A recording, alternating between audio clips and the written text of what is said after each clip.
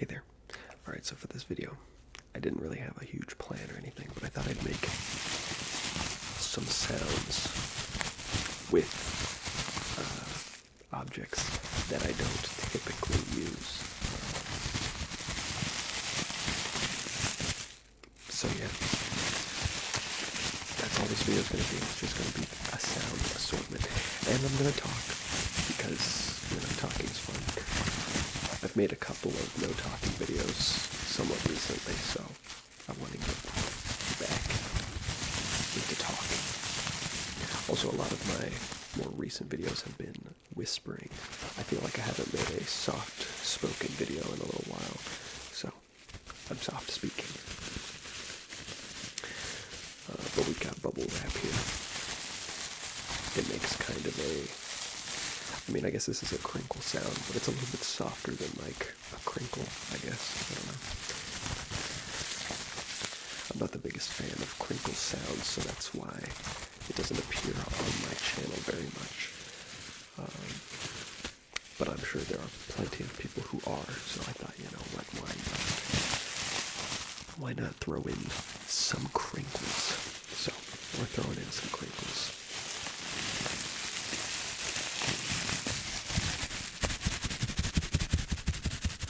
I'm going to also try to spend a little bit longer with each item,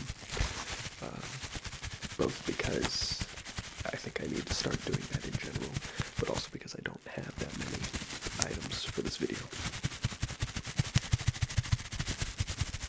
So it's important to really give them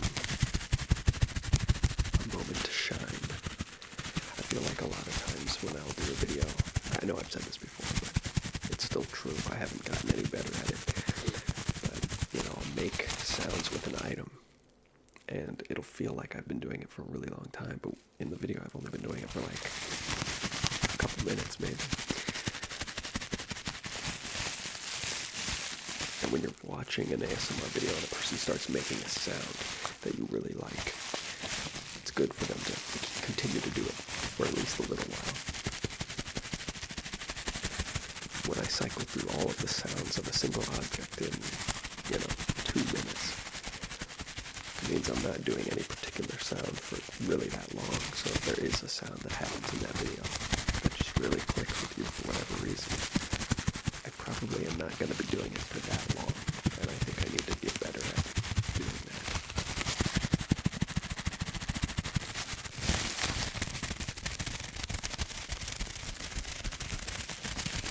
So we're trying. In the last video, I did that. The no talking, tapping sound assortment. Had a small number of items that I used for a pretty decent duration of time. I think that video was like 26 minutes or something like that. I don't know exactly.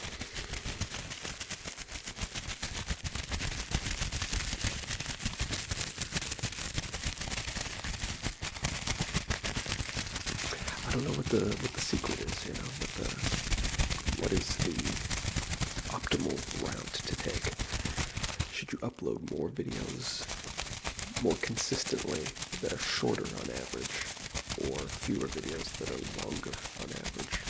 For a while now, I've been in the habit of doing videos that are like 20 to 30 minutes, and I try to do 3 a week. I typically record on Monday, Wednesday, Friday, but I'll set them to upload on the next day, so the uploads come out on Tuesday, Thursday, and then Saturday.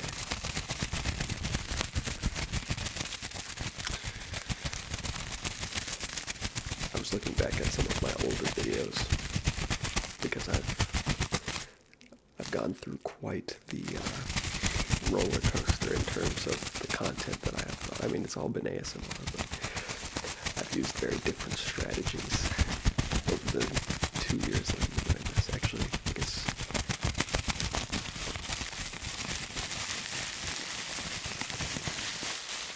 I think we're coming up on 2 years, because I started in 2022 and it's 2024.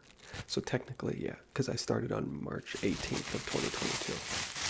So we're over 2 years at this point, but I kind of don't count the original 2 month time span, because because I was doing the named ASMR, and that just didn't have as much public appeal, obviously.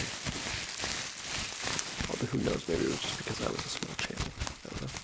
But I mean, as soon as I started doing more generic ASMR, the views shot up a lot. So I think it's just that if a person sees a video with a name that's not theirs, they're not going to watch it, you know? Anyway, I did that for like 2 months. And then I took like a month off because I moved here and I had to get resituated.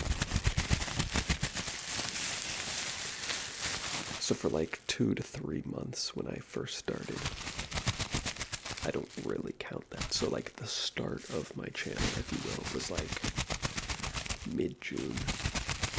So we're coming up on 2 years.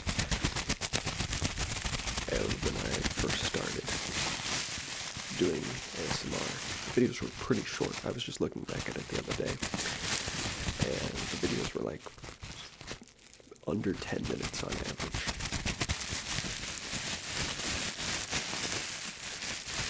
I think I've talked about this before, but when I first started making videos, I would feel like I was in front of the camera doing stuff for like an hour, but then the videos would be like 5 minutes long. I feel like if I went back and tried to make like 5-minute long videos now, it would feel like I was doing them in 2 seconds, you know? In fact, actually, that did kind of happen. The last short video I made, which was just kind of because I was, you know, there was other stuff going on, so I didn't have a lot of time. It was the super fast haircut video that I put out like maybe a month ago or so. I think that video is like just under 8 minutes. I think it's like 7.5 minutes or something like that.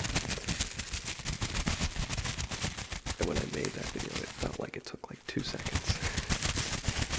It's just funny how your perception of things changes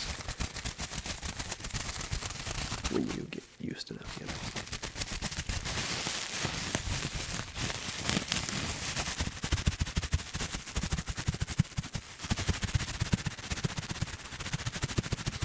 The named videos that I was making in those first 3 months were even shorter. Those were like 1.5 minutes, like 2 minutes long at most. Some of them were like 3 minutes, okay, whatever. Very few of them were 3 minutes long.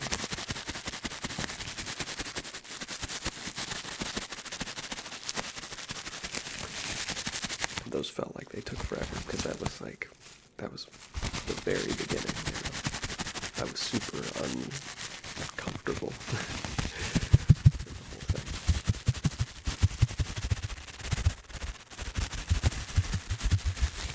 A big part of why I did the named ASMR videos at the beginning is actually because I'm going to switch out the item. That's enough of the bubble wrap. We've got this. It's just a plastic container. And I think I might open the plastic container.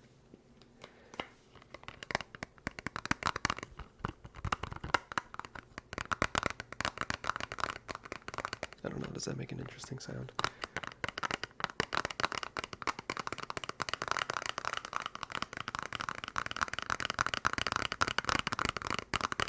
We'll try it.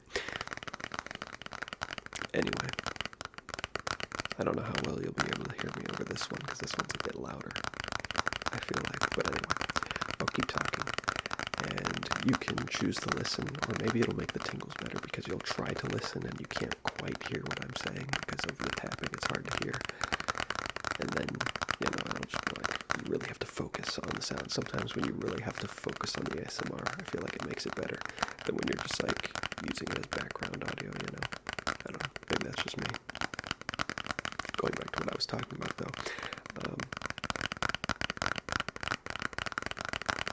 when I first started with the named videos, I was doing those because I thought that people would like them, but also because I was uncomfortable at the time with doing like actual ASMR. I don't know.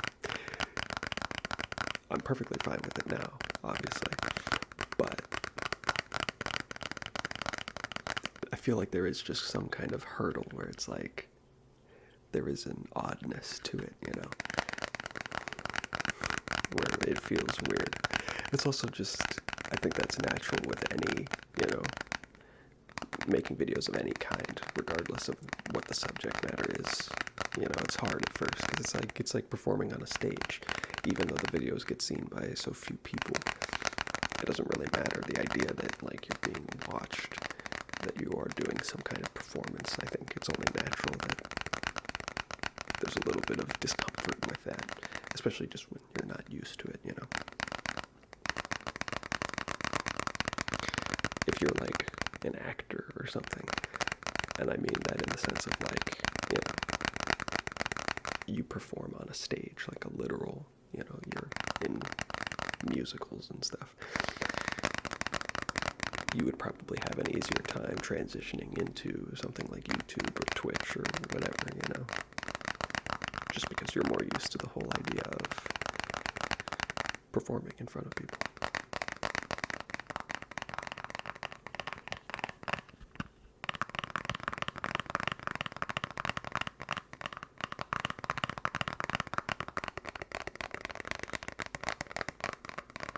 But I have gotten pretty used to it at this point.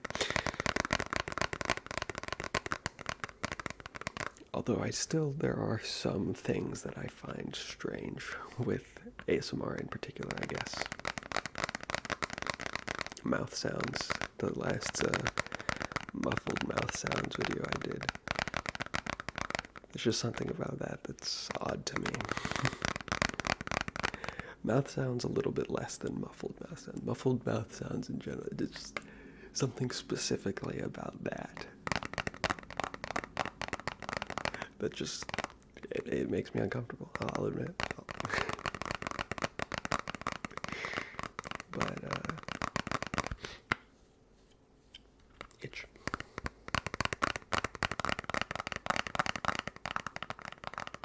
But yeah, I started talking about this because I was talking about what's better for YouTube, you know.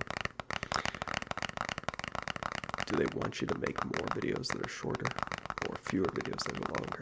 I mean, I guess ideally they want you to make more videos that are longer.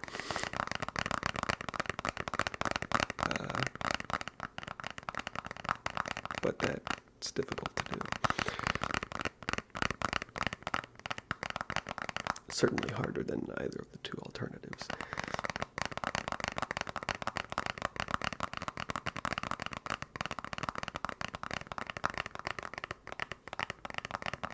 I don't know. It's extremely hard to tell, like, what YouTube actually prioritizes, what they, you know, reward.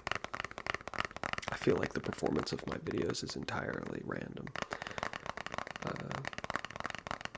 Because I make them all to the same degree of quality, you know.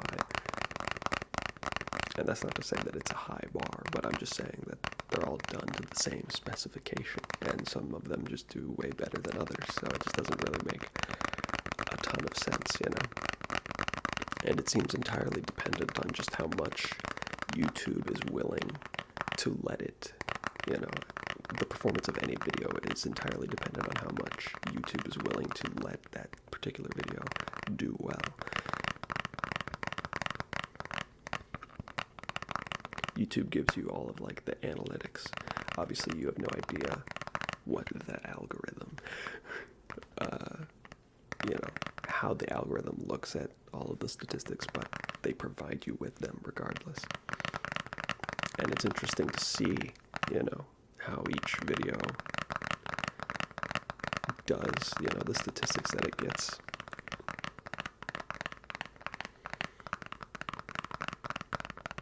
I do like looking at all the numbers and things. It's interesting to me.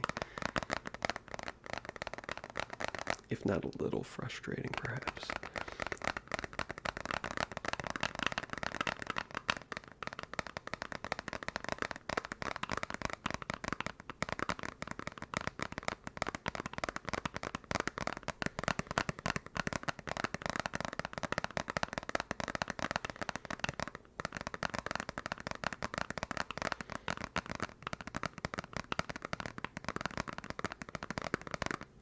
that's just how YouTube works, you know.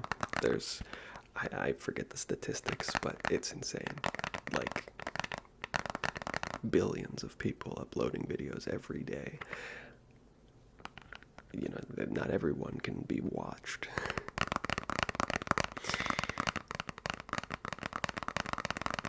Everyone's vying for attention at the same time. So, I mean, it makes sense that,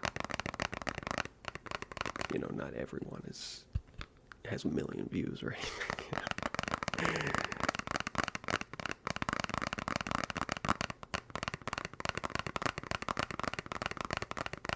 I want to know how big the servers are for YouTube, because the amount of data they store is ridiculous. I mean, it must be insane. And I've said this before, or at least I think I've said this before, but I am almost positive at this point that smaller channels on YouTube have like lower server priority, which, I mean, makes sense, because when you consider, like I said, the billions of people are uploading videos every day, most of those videos probably have 0 views. Like, they'll just never get a single view, you know, because a lot of the videos are probably just completely random. Like, it's not even from people that are trying to become YouTubers or whatever, you know. It's like, just, oh, I have this video, I'm gonna upload it to YouTube for whatever reason, and it's just some random thing that no one's ever gonna watch. That's probably like 50% or more of the videos on YouTube. So it makes sense that, you know, they would allocate fewer resources to those videos. But even still, and I mean, honestly, the whole idea of that doesn't really apply to what I'm talking about, because, like, at the end of the day, you know, the things I'm talking about would affect, like, upload speed or, like, playback. But at the end of the day, the video file has to be hosted entirely on their servers. I guess it can be compressed to oblivion or whatever, you know, but that's not really what you see. So, at the end of the day, they still have to have massive servers. I mean, YouTube is owned by Google, obviously, and Google has a ton of server space. I mean, you can make a Google account for free, and with your Google account, you get Google Drive, and that comes with, like, I think 15 gigabytes of free storage, which isn't a lot for a single person, obviously. But when you consider the fact that the accounts are free and available to everyone in the world, I think, I mean, you multiply 15 by 8 billion. Obviously, not everyone in the world has internet access or the need to even use all that space, but there are plenty of people that will make multiple accounts. I mean, you could multiply 15 by any number, because 8 billion people could make as many of accounts as they wanted to.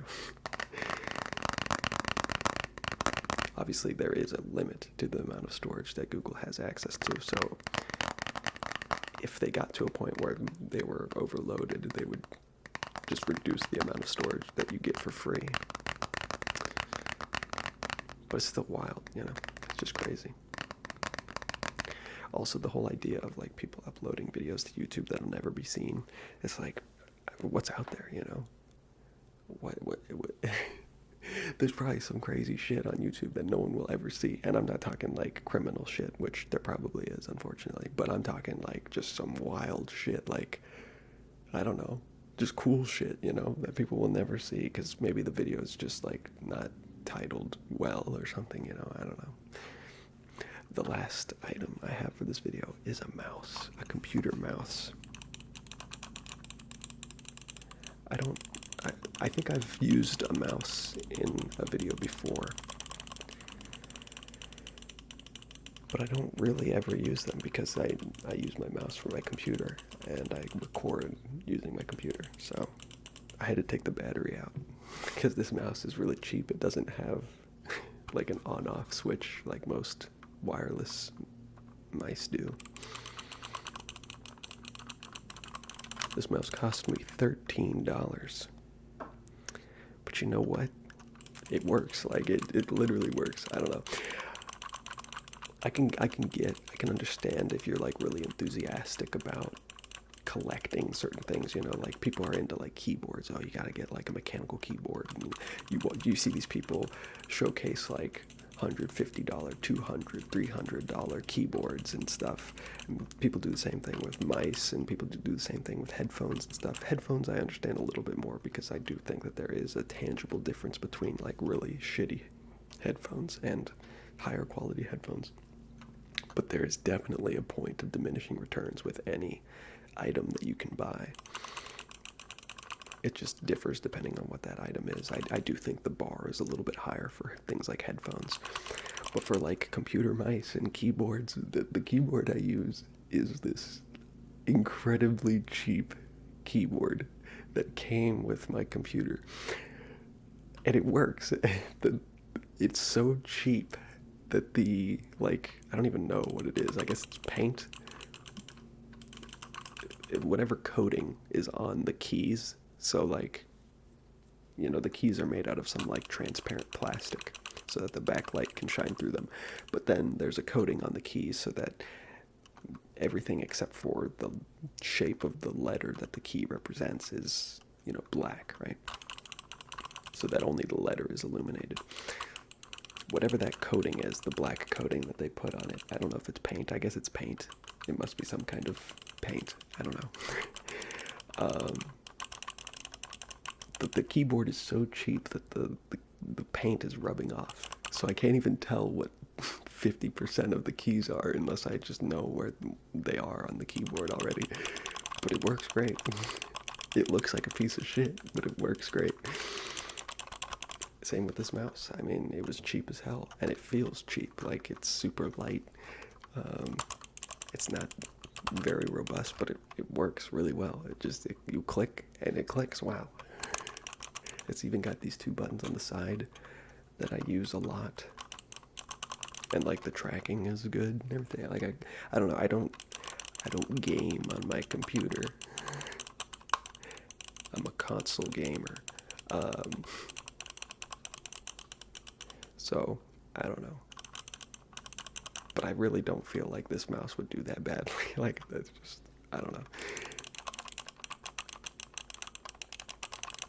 I just don't think there's a need for like a $300 keyboard. I use this $5 keyboard perfectly well. I use this $13 mouse perfectly well.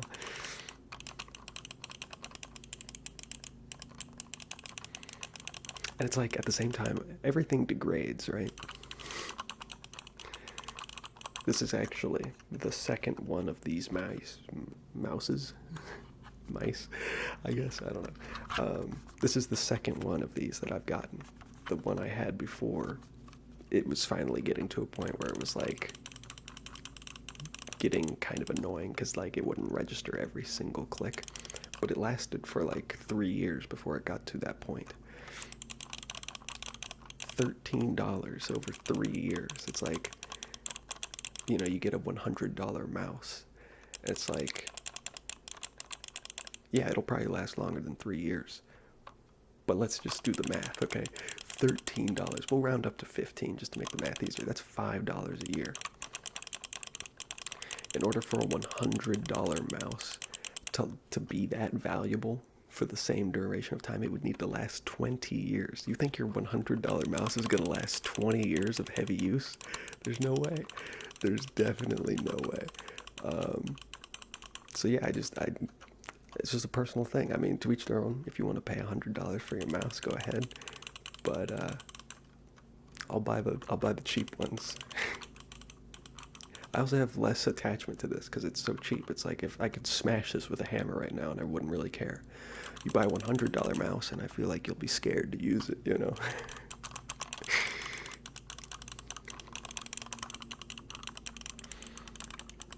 To each their own, like I said.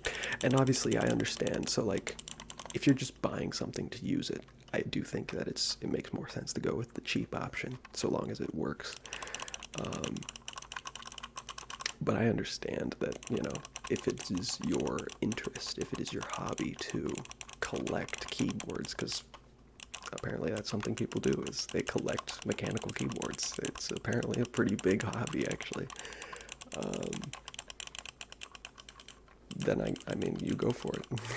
I mean, it makes sense in that case, I suppose. It's a very niche hobby, but yeah. But it makes more sense in that case. But yeah, if you're just buying something to use, I just don't think it makes a lot of sense to buy stuff that's super expensive. But that's just me. I will say, when it comes to like a utility item like this, especially with like my keyboard, some keyboards have like extra functions. So like if you just get something really cheap and simple, there is an argument to be made that buying or paying for more can get you more functionality. That's, that's fair.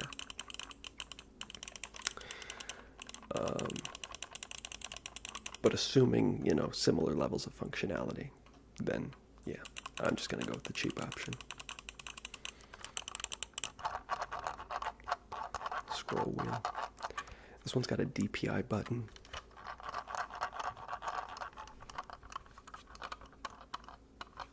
The company is EUSO, maybe EUSO. I don't know. Can you see that? I'm not sponsored by them at all. But I have used 2 of their mice, and I can say that they work well. And they're only $13. There is a $15 option that comes with a on-off switch. But I opted for the $13 option because I just don't need that. This mouse, it's wireless, obviously, so it has a battery. And, typically you would have an on-off switch so that it's not draining the battery constantly. But this mouse has a really aggressive auto-off. So if it's just idle, if it doesn't detect any movements or clicks or anything, it'll turn off on its own. And it's really aggressive with it. It'll turn off in like 2 minutes. Which is honestly pretty good, because it's like, it'll basically never turn off while you're using it. And then it turns off pretty quickly, like after you stop using it. So the batteries last super long too. It's like, I don't know, it's a good mouse. I like it.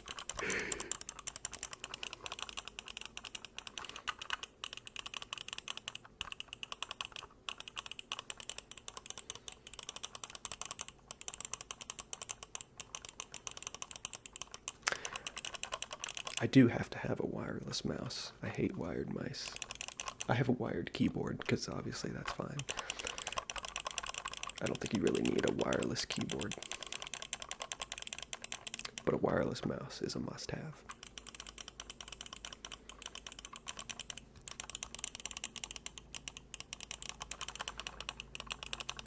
At least for me. If you're a super pro gamer, and you just have to have the lowest input lag possible, then maybe a wired mouse is good. But I'm pretty sure at this point in time, wireless mice have pretty much the same, if not slightly better, input lag than wired mice, just because the technology is being pushed more often, because more people are switching to it, more people want a wireless mouse, so there's more financial incentive for these companies to, improve the wireless mice rather than make better and better wired mice. So yeah, I just don't think there's really a good use case or like a good enough reason to get a wired mouse. Because then the wire sounds like you're moving your mouse. You're not moving your keyboard. The keyboard stays where it is and you type on it. You're moving your mouse so that the wire gets in the way. It's annoying. I used a wired mouse when I got my computer, because it came with the mouse and the keyboard's the one I still use, but I couldn't use the mouse. I had to get this, the other one that's broken now. I mean, it's not broken, it still works. It just doesn't register every single click. Honestly, the clicks work just fine. It's the side buttons that broke on the other one. It can only register the side button clicks like 70% of the time, and that was enough for me to be like, okay, I'll just pay another $13. See, that's the thing too. It's like, if you have a $100 mouse and it breaks, that's $100 you have to spend to get what you're like comfortable with. If this breaks, it's $13 to replace. That's so cheap. It's probably only going to get cheaper, assuming that the company continues to make them. I mean, this is some like bullshit Chinese company that's just pumping these things out. So it might not exist forever. But as long as it does, I could buy a lifetime supply of these things. I mean, so the last one lasted 3 years. Assuming they all last 3 years, I could get 30 years worth of mice for $130. That's pretty much the price of one high-end mouse. Maybe a little bit more expensive. 30 years of mice? I would be, let's see, I would be 54 years old by the time I would run out of mice. That's wild.